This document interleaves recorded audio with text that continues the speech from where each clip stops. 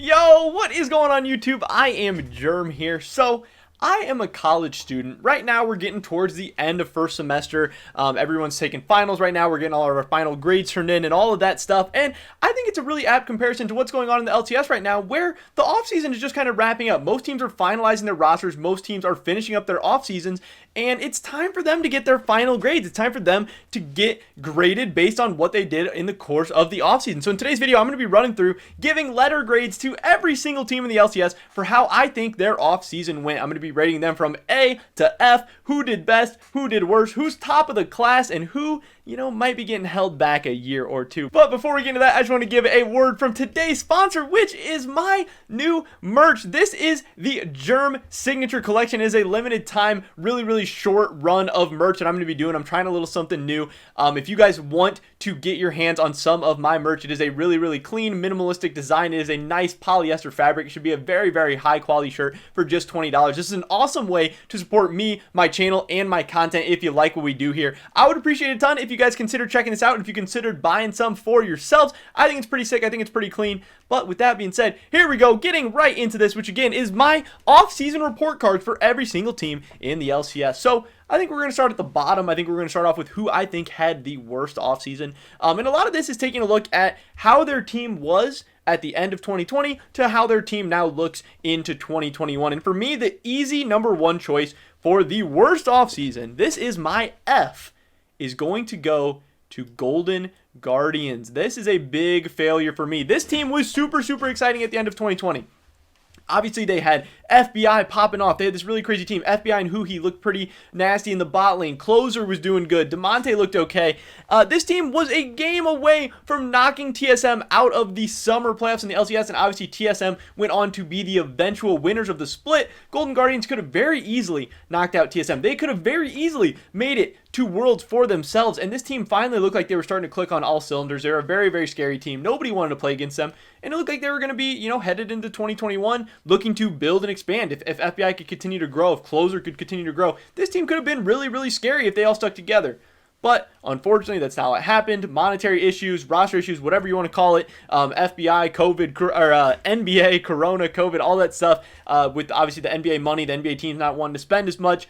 Golden Guardians really got decimated this offseason. They lost all of their players, obviously with 4 of them moving over to 100 Thieves. Obviously, that was a huge pickup for 100 Thieves, and Golden Guardians had to completely reset. Now they've got Niles, Iconic, a Blaze Olive in the mid lane. Stixxay is their new AD carry, who a lot of people are not hyped up for at all. People are not excited about. This team is in full rebuild, and it's really disappointing. I think a lot of people have this team as a 9th place team, maybe even a 10th place team in the LCS this split. And again, that's very disappointing. It does suck because this team was so hyped up at the end of last year. They were showing so much promise, so much growth over the course of the year, and now that's all gone. Golden Guardians going to be one of the worst teams in LCS. They are building towards the future now. Hopefully one of these guys works out. Maybe Niles will end up being a beast. Maybe a Blaze Olive will end up being a beast. But this roster is way worse than they ended 2020 with. This is a pretty bad offseason for Golden Guardians. Next up on my list is going to be Dignitas. I have them with a D for this offseason. Now, again, this is a team who they obviously weren't that good in 2020, so it's not as big of a fall as Golden Guardians, but I just don't really think they did anything too exciting in this offseason. Neo being their AD carry, that was really disappointing for me when there was guys like Cody Sun out there. There's also a lot of different people like King, Tomo. There were some much more exciting AD carry prospects. I'm really not high on Dardoch anymore. They have Aframu coming back as this like aging veteran who isn't really at the top of his game anymore. That's disappointing. Then they have Fate God and Soligo, which some people are going to be hyped up for them. Some people think Dignitas is building towards the future. But I'm not really that excited by Soligo or Fate God that much either, being your 2 solo laners. I think this team's going to be super rough. Again, this is another 9th or 10th place team for me. And yes, they do have some young guys they are building towards the future with. Maybe Asta pans out. Maybe Fate God or Soligo is able to pan out. Maybe Dardoch can bounce back and be good this year. But this team has so many question marks, so many moves that just did not excite me at all this offseason. I really thought it was a rough offseason for them. They're a D for me. Next up, I have Evil Geniuses with a C-. Now, this might be a little bit surprising to people because they did have some big pickups. And maybe I'm even selling them a little bit short at C-, but I'm a little bit upset with Evil Geniuses. They went and got Impact in the top lane, who obviously that is a big pickup. They're bringing back Sven Skaren. And Ignar, I think, was a decent pickup too. I think I am excited for Ignar to come in and be the support. But I was really, really disappointed that they stuck around with Jizuke in the mid lane because there was a ton of mid lane options available. Obviously, Nemesis is still out there. Obviously, Evil Geniuses missed out on perks. There was a bunch of different options, and I really think Jizuke was just very, very lackluster last season in the LCS. I know he has a huge fan base. I know he can pop off. I know he's even carried games at like international events like Worlds before, but coming off the year that he just did in the LCS, I was really, really not excited. If Evil Geniuses wants to take that next step to trying to be a team that is competing for LCS titles, that's trying to go to Worlds, all this stuff, which they really should be. They have a core of Impact, Svenskeren, and Ignar. That is a good enough team to be making it to Worlds. I really wish they would have gone somewhere different in the mid lane. I'm just not that excited about Jizuke. But what I was even more disappointed about was them going with Deathly in the AD carry position. Same thing as Dignitas. There's a lot of great AD carries out there. Obviously, they wanted Lost, and that didn't work out, and that's not entirely their fault. I can't completely hold that against them, but it wasn't that exciting for me. It wasn't that interesting. Definitely, we've seen him in the LCS before. He hasn't been the worst. He hasn't been absolutely terrible. But again, if you're trying to compete for LCS titles, if you're trying to go to Worlds, like Evil Genius is doing, they're spending big money on some of these players. They landed Impact, who was very, very expensive. They have some talent on this team. I really don't think Deathly should be your AD carry. Again, I would have much rather seen them go with like King. I know they had talked to Tomo for a little while. There were some different AD carry options out there. And in the end, the roster that Evil Geniuses came up with, I thought they were going to be in that TSM 100 Thieves range where they're competing for that third spot at Worlds. But really, the roster they have now, I don't think is going to be competing for that World spot. So I was a little bit disappointed in them. That's why I have them as a C-.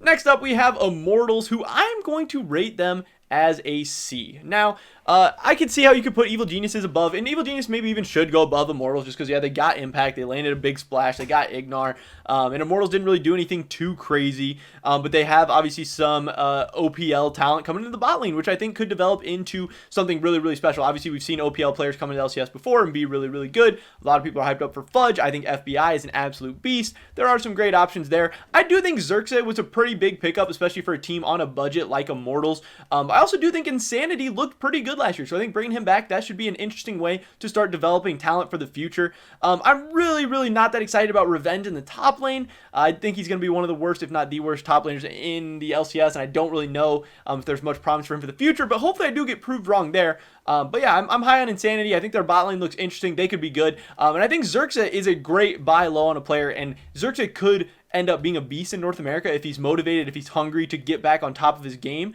And I think that could be a huge cheap pickup for them. I think that could be very, very exciting. So yeah, I don't know. Immortals not great. I think they're going to be towards the bottom of the LCS, but I think they made some okay moves. They made some decent moves. They have an opportunity to build toward the future a little bit. So I think that's kind of exciting. Has me, rating them a little bit higher than Evil Geniuses. Next up on the list, I have CLG, Counter Logic Gaming. I'm going to be putting them at a B-, I believe. Yeah, B- sounds good. I'm just trying to make sure how many things we have left. I have CLG at a B-. I get that some of their moves weren't that exciting. Bringing in Broxa after he had not a very good year, not that exciting. Bringing in Finn after he had not that great of a summer split and Worlds, that's not that exciting. But if you look at what CLG had last year, these are huge improvements. Like, even Broxa, not at his best, is a huge improvement over Wiggly. Even Finn, not at his best, is a huge improvement over Ruin. They have Wild Turtle coming in as our new AD carry, which is obviously going to be a big step up from Stixay. And I'm not, Poe Belter, you know what you're getting with him. He's going to be rock solid in the mid. He's not going to be amazing, but he's not going to be terrible. Smoothie, I have some big question marks about, but you could do worse in the support role as Smoothie as well, especially in North America, where support is kind of a weaker position. So yeah, I think CLG made some big moves. Again, I really like buying low on players with a lot of potential, like Broxa. He could really rebound. He could not. He could suck again this year. Finn could suck again this year. But they have the chance. If they are hungry, if they're driven, if they want to prove themselves, they have a chance to bounce back strong. CLG is getting them for cheap. He's getting them while everyone's down on them. And that's what it's all about. Buy low, sell high. That's what CLG is doing. I like what they're doing. I think some of these moves could pan out. I think they could end up being really, really okay moves in the future. Next up, we have TSM, who I have as a B for this offseason. Now, TSM, obviously, things were going to be rough for them. Bjergsen retired. Doublelift retired. That is a hard offseason for anyone to bounce back from, but I think TSM actually did okay. They're an organization who historically has not been willing to spend a ton of money. They have really been conservative with their cash. They have wanted to tell players like, hey, you're going to come to TSM. We're the best organization. We're going to build you up on socials. We're going to build up your brand, all that stuff. So we don't need to pay you as much money, but we're the best team. Come play for us. And that worked until it didn't. Until the last couple of years, TSM has not been the best team in North America. They haven't been winning titles. Their brand hasn't necessarily been as strong, even though their fan base is still as crazy, rabid, as strong as ever.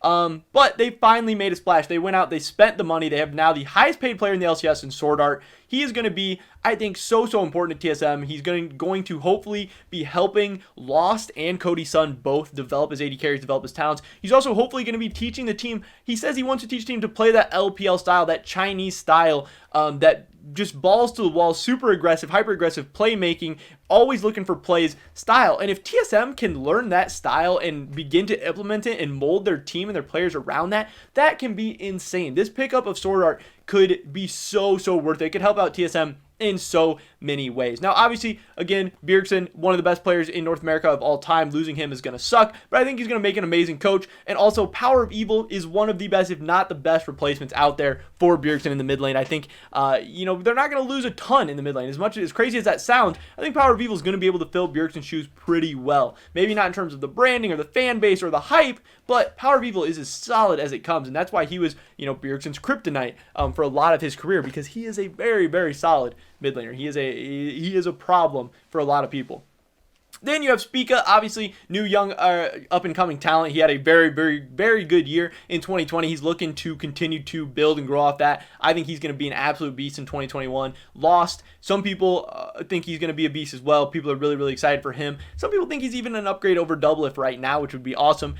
Obviously, the big question mark is in the top lane with Huni, where people see him as a pretty clear downgrade from Broken Blade, which is everyone's question about this offseason for TSM. Like, why are you going with Huni in the top lane? What are you going to do? But TSM just did pick up Haunter for their academy team. They got Cody Sun for the academy team if Lost and Huni don't work out. So they have some decent high ceiling options in the LCS. If Huni pans out, he can be a beast. If it's Fnatic Huni, if it's SKT Huni, that could be a big pickup for TSM. If he sucks, they have Haunter ready to go. He'll be solid. I like what TSM did this offseason. I get that there's some question marks.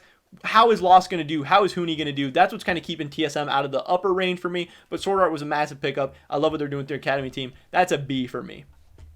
Next up, we have Flyquest, who I have at a B+. I think Flyquest had an amazing offseason. This is another team who they were looking to go cheap, an NBA-backed team, so they were a little bit strapped on cash. They had to sell a lot of players. This is a team that made 2 finals appearances in 2020. They went to Worlds, and then they lost like their entire team, and that sucks. But as far as cheap pickups go, they made pretty much the best cheap pickups any team could really do. I mean, maybe buying the Golden Guardians team was good pickups as well, but that was probably pretty expensive. Flyquest was able to get a superstar to build around in Licorice in the top lane, which is awesome. That is a great piece to have to build around. And then they got some of the best young and up-and-coming talent in both North America and internationally. Jose Diodo is a jungler that a lot of people are excited about. We just saw him have an amazing performance at Worlds. People think he's going to be an absolute beast, and that's awesome. Palafox and Diamond coming over from Cloud9.